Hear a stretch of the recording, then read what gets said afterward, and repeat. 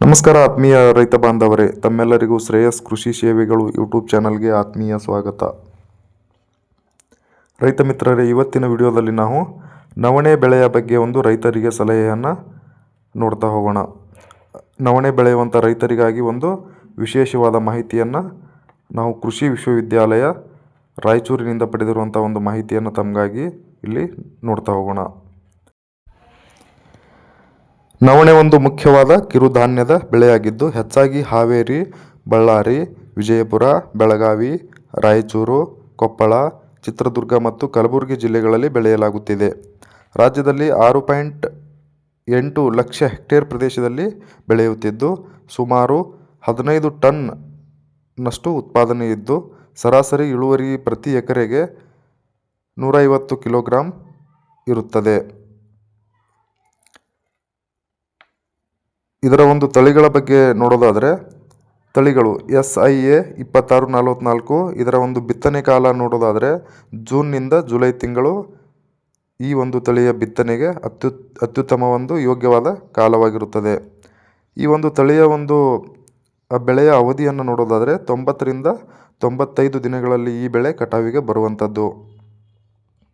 ಇನ್ನು ಈ ಒಂದು ತಳಿಯ ಕಾಳುಗಳ ಬಗ್ಗೆ ವಿಶೇಷತೆ ಬಗ್ಗೆ ಮಾತನಾಡೋದಾದರೆ ಇದು ದಪ್ಪ ಕಾಳನ್ನು ಹೊಂದಿದ್ದು ತುಕ್ಕು ರೋಗಕ್ಕೆ ಮಧ್ಯಮ ನಿರೋಧಕತೆ, ಅಂದರೆ ತುಕ್ಕು ರೋಗವನ್ನು ಇದು ಬರದಂತೆ ತಡೆದುಕೊಳ್ಳುವುದಕ್ಕೆ ಮಧ್ಯಮವಾಗಿ ಇದು ನಿರೋಧಕತೆಯನ್ನು ಹೊಂದಿರುತ್ತದೆ.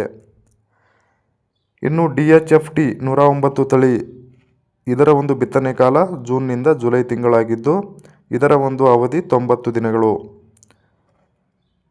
ಹಾಗೆ HN 46, ಇದರ ಒಂದು ಬಿತ್ತನೆ ಕಾಲ ಜೂನ್ನಿಂದ ಜುಲೈ ತಿಂಗಳಾಗಿರುತ್ತದೆ ಮತ್ತು ಇದರ ಒಂದು ಅವಧಿ 90 ದಿನಗಳು ಹಾಗೂ ಇದು ಹೆಚ್ಚಿನ ಕಾಳು ಹಾಗೂ ಹೆಚ್ಚಿನ ಮೇವಿನ ಇಳುವರಿಯನ್ನು ಕೊಡುವಂಥ ಒಂದು ತಳಿಯಾಗಿರುತ್ತದೆ. HN 46 ಇದು 90 ದಿನಗಳ ಬೆಳೆಯಾಗಿದ್ದು ಹೆಚ್ಚಿನ ಕಾಳು ಹಾಗೂ ಹೆಚ್ಚಿನ ಮೇವಿನ ಇಳುವರಿಯನ್ನು ಕೊಡುವಂಥ ಒಂದು ತಳಿಯಾಗಿರುತ್ತದೆ. ಬಿತ್ತನೆಗೆ ಬೇಕಾಗುವ ಬೇಸಾಯ ಸಾಮಗ್ರಿಗಳನ್ನು ನೋಡೋಣ. ಪ್ರತಿ ಎಕರೆಗೆ ಬಿತ್ತನೆ ಬೀಜ 2 ರಿಂದ 3 ಕಿಲೋಗ್ರಾಂನಷ್ಟು ಬೇಕಾಗುತ್ತದೆ. ಸಾವಯವ ಗೊಬ್ಬರಗಳನ್ನು ನೋಡೋಣ. ಕೊಟ್ಟಿಗೆ ಗೊಬ್ಬರ ಅಥವಾ ಕಾಂಪೋಸ್ಟ್ ಗೊಬ್ಬರ 2 ರಿಂದ 2.5 ಟನ್ನಷ್ಟು ಕೊಟ್ಟಿಗೆ ಗೊಬ್ಬರ ಅಥವಾ ಕಾಂಪೋಸ್ಟ್ ಗೊಬ್ಬರ. ಜೈವಿಕ ಗೊಬ್ಬರ ಅಜೋಸ್ಪಿರಿಲಮ್, ಇದನ್ನು ಪ್ರತಿ ಎಕರೆಗೆ 200 ಗ್ರಾಂನಷ್ಟು ಇದನ್ನು ಸೇರಿಸ್ಕೋಬೇಕು.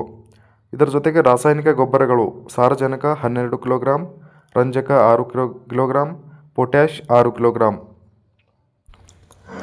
ಬಿತ್ತನೆಗೆ 2 ರಿಂದ 3 ವಾರಗಳ ಮೊದಲು ಸಾವಯವ ಗೊಬ್ಬರಗಳನ್ನು ಮಣ್ಣಿನಲ್ಲಿ ಬೆರೆಸಬೇಕು. ಪ್ರತಿ ಬಿತ್ತನೆಯ ಬೀಜವನ್ನು 22.5 ರಿಂದ 30 ಸೆಂಟಿಮೀಟರ್ ಅಂತರದ ಸಾಲುಗಳಲ್ಲಿ 4 ಸೆಂಟಿಮೀಟರ್ಗಿಂತ ಹೆಚ್ಚು ಆಳವಿಲ್ಲದಂತೆ ಬೀಜದಿಂದ ಬೀಜಕ್ಕೆ 5 ರಿಂದ 7.5 ಸೆಂಟಿಮೀಟರ್ ಅಂತರವಿರುವಂತೆ ಬಿತ್ತನೆ ಮಾಡಬೇಕು.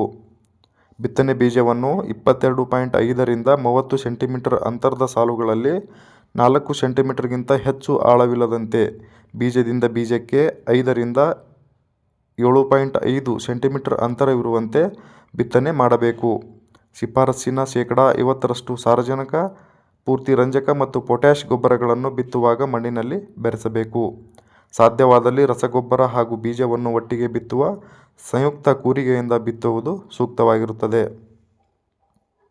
ಬಿತ್ತನೆಯಾದ 30 ದಿನಗಳ ನಂತರ ಉಳಿದ ಸಾರಜನಕವನ್ನು ಮೇಲುಗೊಬ್ಬರವಾಗಿ ಕೊಡಬಹುದು.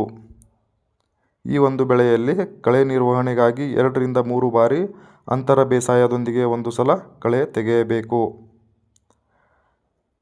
ಮಿಶ್ರ ಬೆಳೆ, ಈ ಬೆಳೆಯ ಜೊತೆಗೆ ತೊಗರಿ, ಎಳ್ಳು, ಹೆಸರು, ಮಡಕಿ ಬೆಳೆಗಳನ್ನು 4:2 ಪ್ರಮಾಣದಲ್ಲಿ ಮಿಶ್ರ ಬೆಳೆಯಾಗಿ ಬೆಳೆಯುವುದು ಲಾಭದಾಯಕವಾಗಿರುತ್ತದೆ.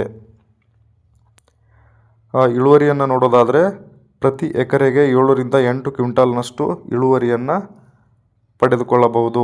ಮೇವಿನ ಬಗ್ಗೆ ಮಾತನಾಡೋದಾದರೆ 16 ರಿಂದ 20 ಕ್ವಿಂಟಾಲ್ನಷ್ಟು ಮೇವನ್ನು ನವಣೆ ಬೆಳೆಯಿಂದ ಪಡೆಯಬಹುದಾಗಿರುತ್ತದೆ. ಕೆಂಪು ಮಣ್ಣಿನ ಭೂಮಿಯಲ್ಲಿ ಜೂನ್ ಕೊನೆಯೊಳಗಾಗಿ ಬಿತ್ತನೆಯನ್ನು ಮಾಡಿಕೊಳ್ಬೇಕು. ಹಾಗೆ 4 ಸೆಂಟಿಮೀಟರ್ಗಿಂತ ಹೆಚ್ಚು ಆಳದಲ್ಲಿ ಬಿತ್ತನೆಯನ್ನು ಮಾಡಬಾರದು. ನವಣೆ ಬೆಳೆಯಲ್ಲಿ ಬರುವಂಥ ಕೆಲವು ರೋಗಗಳು ಮತ್ತು ಅವುಗಳ ನಿರ್ವಹಣಾ ಕ್ರಮಗಳನ್ನು ನೋಡೋಣ. ಬೆಂಕಿ ರೋಗ ಮತ್ತು ಕಂದು ಚುಕ್ಕೆ ರೋಗ, ಈ ರೋಗಗಳ ತೀವ್ರತೆ ಹೆಚ್ಚಾಗಿ ಕಂಡು ಬರ್ತಾ ಇದೆ ನವಣೆಯಲ್ಲಿ. ನಿರ್ವಹಣಾ ಕ್ರಮಗಳನ್ನು ನೋಡೋದಾದರೆ, ರೋಗದ ತೀವ್ರತೆ ಹೆಚ್ಚಾಗಿದ್ದಲ್ಲಿ ಮ್ಯಾಂಕೋಜೇಬ್ 75 WP ಇದನ್ನು 1 ಲೀಟರ್ ನೀರಿನಲ್ಲಿ 2 ಗ್ರಾಂನಷ್ಟು ಬೆರೆಸಿ ಸಿಂಪಡಿಸಬೇಕು.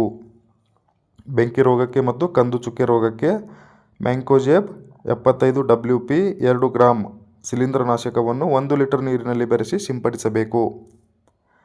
ನೆಕ್ಸ್ಟ್ ಕಾಡಿಗೆ ರೋಗಕ್ಕೆ ಇದರ ಒಂದು ಲಕ್ಷಣಗಳನ್ನು ನೋಡೋದಾದರೆ, ತೆನೆಯಲ್ಲಿ ಕೆಲವು ಕಾಳುಗಳ ಮೇಲೆ ರೋಗ ಕಂಡುಬಂದು ಕಾಳಾಗಿ ಬೆಳೆಯುವ ಬದಲು ಶಿಲೀಂಧ್ರ ಕೋಶಗಳಾಗಿ ಮಾರ್ಪಾಡಾಗಿರುತ್ತದೆ. ಅದು ಕಾಳಾಗೋದಿಲ್ಲ, ಅದರ ಬದಲಾಗಿ ಅದು ಶಿಲೀಂಧ್ರ ಕೋಶಗಳಾಗಿ ಮಾರ್ಪಾಡಾಗಿರುತ್ತದೆ. ನಿರ್ವಹಣಾ ಕ್ರಮಗಳನ್ನು ನೋಡೋದಾದರೆ, 1 ಕಿಲೋಗ್ರಾಂ ಬೀಜಕ್ಕೆ ಕಾರ್ಬಾಕ್ಸಿನ್ 37.5% ಪ್ಲಸ್ ಥೈರಾಮ್ 37.5% WP ಶಿಲೀಂಧ್ರನಾಶಕದಿಂದ ಬೀಜೋಪಚಾರ ಮಾಡಿ ಬಿತ್ತಬೇಕು. ಕಾಡಿಗೆ ರೋಗವನ್ನು ತಡೆಯಲಿಕ್ಕೆ 1 ಕಿಲೋಗ್ರಾಂ ಬೀಜಕ್ಕೆ ಕಾರ್ಬಾಕ್ಸಿನ್ 37.5% ಪ್ಲಸ್ ಥೈರಾಮ್ 37.5% WP ಶಿಲೀಂಧ್ರನಾಶಕದಿಂದ ಬೀಜೋಪಚಾರ ಮಾಡಿ ಬಿತ್ತಲೇಬೇಕು.